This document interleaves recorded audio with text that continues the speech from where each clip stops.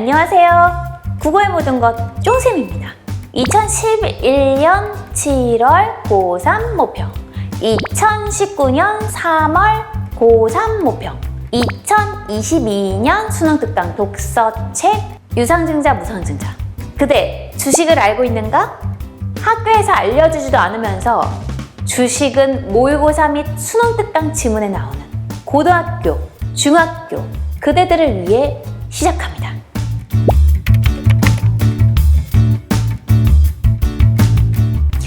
(2011년 7월 고3 모평) 지문 보시겠어요? 그 지문 중에 주식에 관련된 지문이 있습니다. 주식과 채권은 투자의 방법 중에 하나인데요. 투자니까 그대들의 돈으로 그대 마음대로 사용했으니까 잃어도 그대의 탓, 돈을 벌어도 그대의 몫이다. 이게 투자의 기본이거든요. 그 주식이라는 것에 대해서 모의고사에서는 어떻게 설명하고 있는가? 지문을 같이 보시면서 이 영상 보시면 이해가 훨씬 빠르실 거고요. 이 영상을 끝까지 보시면 웬만해서 주식 관련된 내용은 이해가 빠르게 될 것이라 생각합니다. 자, 기업이 자본금을 조달하기 위해서 발행하는 것이 바로 주식입니다. 그럼 이제 주식은 기업 입장에서는 주식을 발행했을 때 그 기업 운영의 자본금을 마련했고 그 주식을 소유한 사람들 있지 않습니까?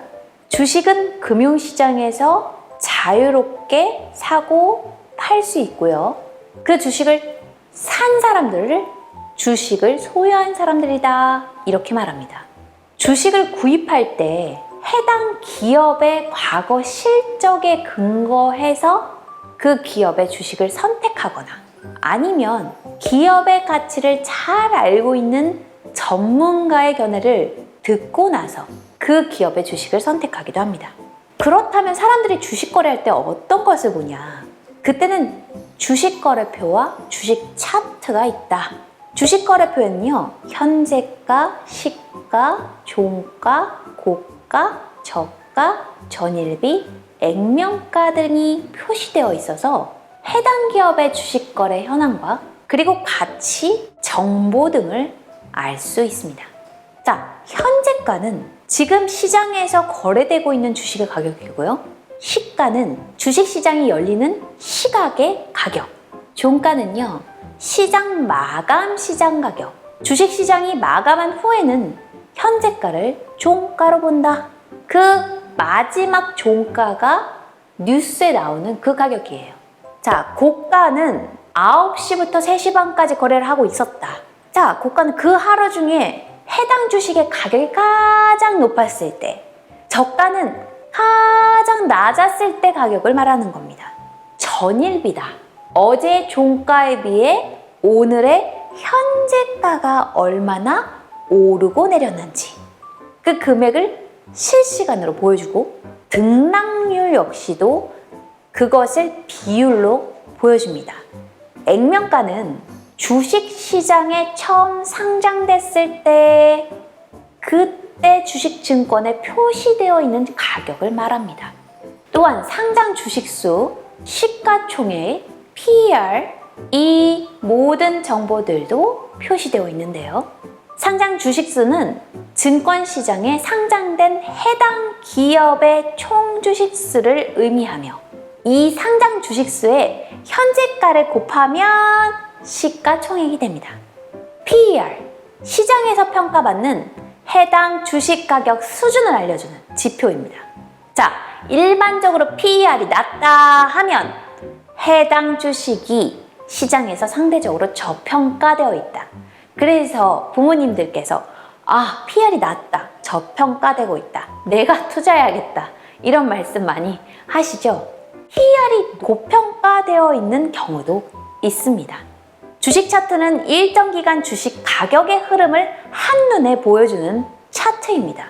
자, 주식 차트에는요, 이동 평균선, 거래량들이 표시되어 있는데요. 주식 차트는 하루, 5일, 60일 등 다양한 기간의 기준으로 해서 만들어집니다. 주식 차트의 이동평균선은 일정 기간 동안에 주식 가격을 평균화해서 만든 선이다 해서 전체적으로 이 주식의 가격이, 이 기업의 주식의 가격이 어떻게 흐르고 있는지를 쉽게 파악할 수 있도록 만든 중요한 지표 중에 하나입니다. 자, 주식 차트 중에 표시되는 거래량은요, 주식이 거래된 양을 보여줍니다. 그 주식에 필요한 기본 개념들, 여러분들 지금 제가 읽어들은 이 지문들은 7월 고3 모평에 있었던 지문입니다.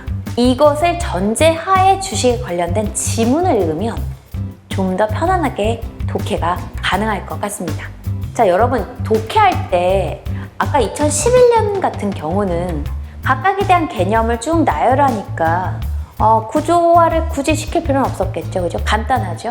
여러분 이제 글을 읽으면서 내가 배경 지식을 알고 있고 그 다음에 각각에 대한 개념을 어느 정도 안다면 개념을 네모 치면서 이 구조가 어떻게 형성되고 있는지 또한 뒤에 나올 내용이 어떤지를 파악을 하시면 이 글을 독해하는 데 있어서 상당히 빠르고 정확하게 독해하실 수 있습니다. 자, 그럼 다음으로 넘어가 볼까요? 자, 2019년 3월 고3 모평 한번 찾아보세요. 여기서도 이제 주식 얘기가 나옵니다. 자, 첫 번째 센텐스부터 주식 회사에 관련돼서 설명이 나와 있어요. 자, 주식회사는 오늘날 회사 기업의 전형이다 이렇게 시작하죠. 주식회사가 자본 조달력을 가지고 있기 때문인데 주식회사의 자본 조달은 자본금, 주식, 유한 책임이라는 주식회사의 본질적 요소에 대해서 설명하고 있습니다. 자본금, 주식, 유한 책임 이렇게 나왔다. 그러면 어떻게 해요? 너무 친절해요. 다 이후에 그 개념을 설명합니다.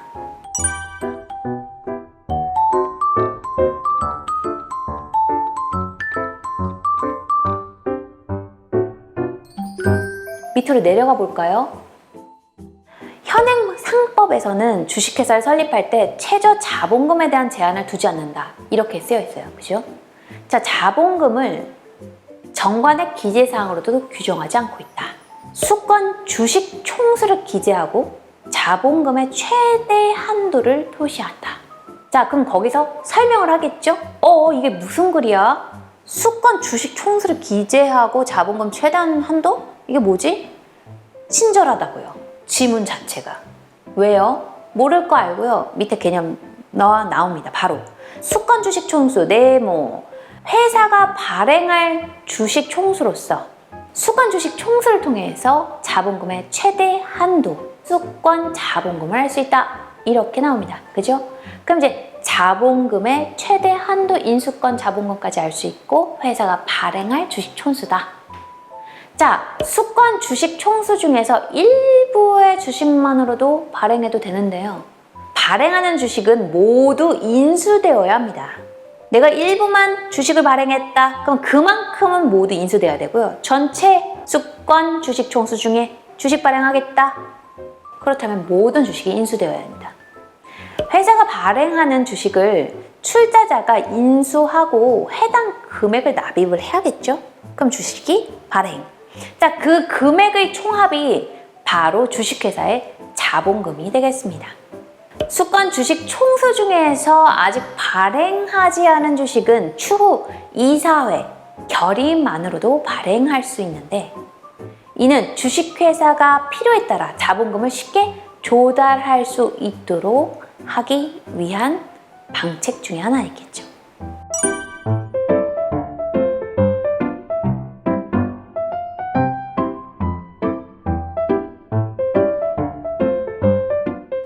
자, 주식은요, 우리가 주식 시장에서 자유롭게 양도되죠.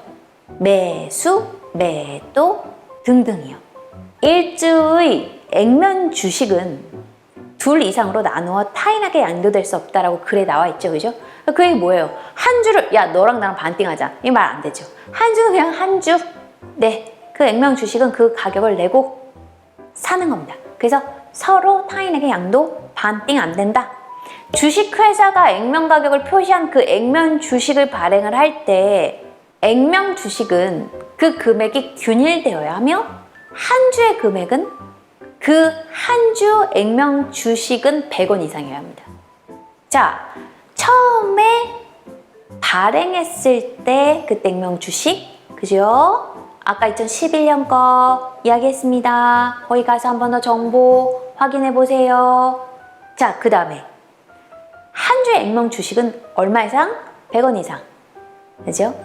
자, 주식회사가 발행한 액면 주식의 총액은 주식회사 설립 시에 출자자가 주식을 주식을 인수하는 순간 뭐 하라고요? 금액을 납입해야지. 자, 납입한 금액의 총합과 같아야겠죠?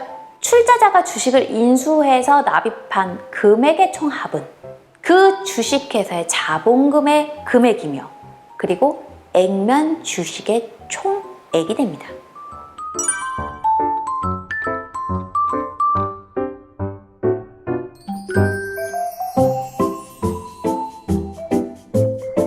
주식의 소유를 했다.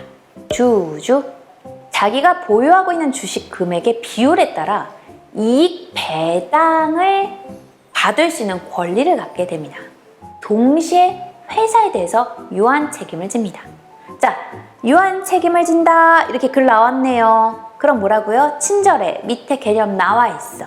개념, 네모, 유한 책임. 그러면 나중에 일치불일치 문제 풀 때 바로 개념으로 올라오면 되잖아요. 그지? 자, 그래서 유한 책임이란 주주가 회사에 대해서 주식의 인수가액을 한도로 하는 유한의 출자 의무를 주주는 권리와 책임을 갖습니다. 자, 특정 의무를 부담은 하지만요. 직접적 책임은 부담하지 않아요. 그게 유한적인 책임이라는 거예요. 주주총회에 참여하죠. 주주총회에 참여한다는 것은 주주로서 경영에 참여한다는 뜻이고요. 경영에 참여하여 가지고 있는 주주로서 가지고 있는 그 주식의 수가 투표권의 수다라고 보면 되겠습니다. 왜 드라마 보면 그 3% 가지고 있는 그분을 모셔와. 그분이 있어야 내가 이길 것 같아. 막 이러잖아요. 예, 그겁니다. 주주총회가 열리면 투표에 의해서 좌지우지되니까요. 회사 채권자에 대해서는 직접적으로 아무런 책임도 부담하지 않습니다. 자, 제가 다음에는요, 채권에 관련된 것만 리스트업해서 수업해 드릴게요.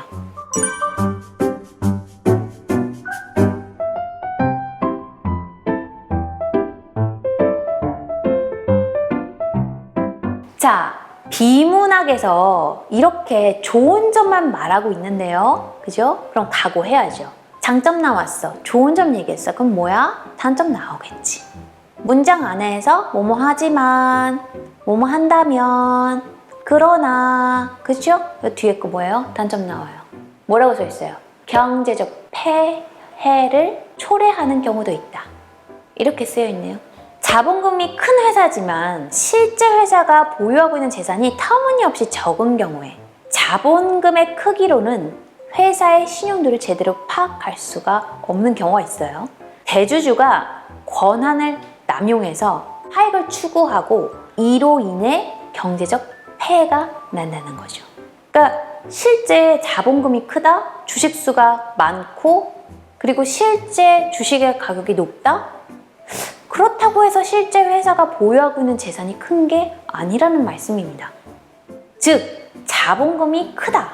니꼬르 회사의 신용도가 높다. 이것은 아니다. 한 회사의 손해와 회사 거래 상대방의 손해에 대해서는 책임을 부담하지 않는 경우가 발생하기도 한다. 또한 파산, 부도, 회사 위기 상황에서 채권자, 근로자, 소비자 등 회사의 이해관계들이 피해를 보게 되는 그 상황, 이런 상황들을 경제적 폐해가 벌어진다.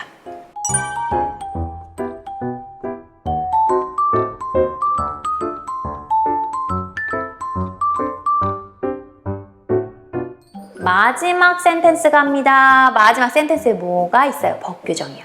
그래서 위와 같은 문제를 방지하기 위해서 주식회사에 대한 법 규정이 있다.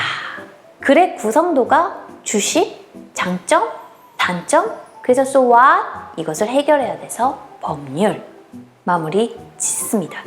우리나라의 법률에서 자본금의 증가는 이사회의 결의만으로도 가능하다. 자본금 증가? 어디서 많이 봤지 않아요? 올해 2022년 수능특강에 나와 있죠. 증자시키는 방법. 그죠? 반면 세모. 자본금의 감소는 엄격한 법적 절차를 요구하고 있다. 이 밖에도 주식회사에 관한 법률을 법에서 규정된 내용으로만 이렇게 마무리됩니다.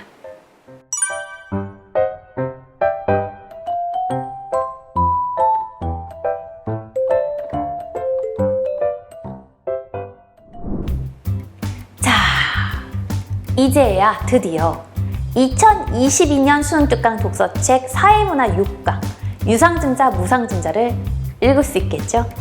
이 주제가 유상증자와 무상증자의 개념과 특징에 관련된 글이지요. 늘 말씀드리지만 수능의 지문은 이전에 나왔던 모의고사의 개념들을 여러분들이 이미 안다고 가정하에 지문을 내는 것 같습니다. 모든 개념이 살짝씩 모의고사가 연도별을 지나면서 연결되는 것을 알 수 있죠. 나머지 독서 지문도 이렇게 공부하면 조금 도움이 많이 됩니다. 그냥 글을 읽거나 아무 생각 없이 동그라미 치고 X 치는 것이 아니라 몇 년도에 어떤 글이 어떻게 연결됐는지를 아시면 공부하는데 조금 보입니다. 어떻게 공부해야 되는지요. 주식 관련한 문제들이 지금까지 나와 있었고요. 그리고 그 정의도 한 번씩 확인하시면 이 수능특강 이해하시는 데 있어서 도움이 많이 될 거예요. 배우면 됩니다. 자, 빠르고 정확하고 임팩트만 공부합시다. 자, 이제 갑니다. 주식회사, 수권자본, 자본금, 주식을 새로 발행해서 자본금을 늘리는 증자. 여기까지 첫 번째 센텐스에서 쭉 내려온 거 어디서 봤어요? 2011년, 2019년, 지금까지 나온 모의고사랑 똑같죠, 그죠? 내용 반복. 증자는 두 가지 방식이 있대요. 주식을 발행할 때 주주들에게 대가를 받는 것이 유상증자. 유상증자는 그 대상을 기준으로 해서 세 가지로 나뉜대. 그럼 글도 너무 심플해요. 주주한테 대가를 받는 게 유상. 그럼 이제 무상. 근데 유상은 뭐야? 사실 뭐지? 이렇게 찾으면 되겠네요. 단어가 이해가 안 돼서 그렇다면 단어를 확인하고 가면 되지. 첫째, 기존의 주주들을 대상으로 주식을 발행하는 주주 배정 방식이다. 이렇게 돼 있죠, 그죠? 주주 배정 방식은 뭐야? 새로운 주식을 발행하는 기본적 방법으로 하되 기존 주식을 갖고 있는 기존 주주들이 권리를 잘 보장해준다. 이렇게 되어 있죠. 즉, 기존의 주주들은 보유하고 있는 주식의 비율대로 새로운 주식을 구입할 수 있는 권리를 줘요. 무조건 아니고요. 그 권리를 준다는 건 난 사도 되고 안 사도 되죠. 먼저 물어보는 거예요, 저한테. 내가 이미 그 주식을 갖고 있기 때문에. 이에 따라 주식의 구입 여부 결정할 수 있다. 이렇게 되지. 그럼 반드시 아니네. 만약에 그래서 반드시 그럼 틀린 거죠. 자, 둘째, 불특정 다수의 투자자들을 대상으로 일반 공모 방식입니다. 이 방식을 시행하면 새로운 주주를 모을 수 있겠죠, 그죠? 나도 이 주식을 좀 살까? 하지만, 자, 세모 뒤로 갑니다. 기존 주주들은 주식 보유 비율이 낮아지면서 주가 하락이 되고 이에 따라 손해를 입을 수 있다, 이 말입니다. 따라서 대부분의 유상증자는 기존의 주주들에게 먼저 새로운 주식을 배정하겠죠, 그죠? 그런 후 기존의 주주들이 구입하지 않은 나머지 주식을 일반 공모로 처리하는 방식으로 이루어지고 있습니다. 자, 마지막으로는 특정인에게 새로운 주식을 발행해서 투자금을 받는 제3자 배정 방식이 있습니다.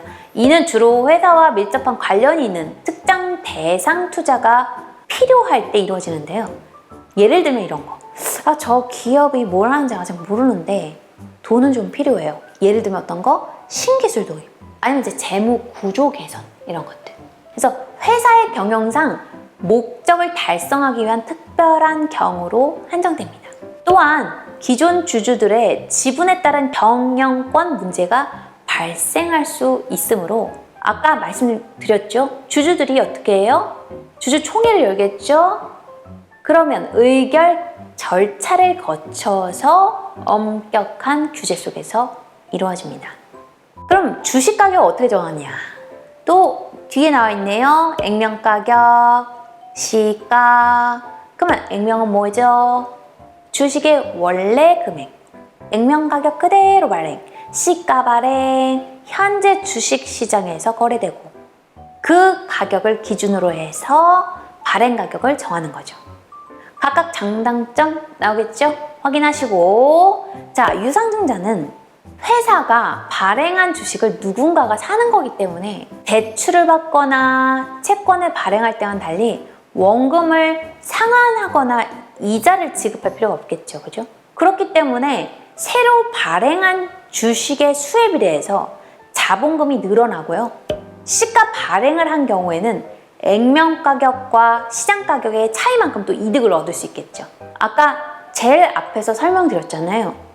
주식의 수에 비례해서 자본금이 늘어났고, 그리고 만약 시가가 그 당시 시가가 높아, 액면 가격이 낮아, 그럼 그 차이만큼 이익 창출 이렇게 되겠죠. 그럼 전체적인 재무 구조 개선에도 도움이 많이 됩니다. 또한 정관에 기재된 수권 자본 내에서 일반적으로 이사회의 의결만으로 유상증자를 실행할 수 있으니 절차상으로는 간편하다는 장점이 있습니다.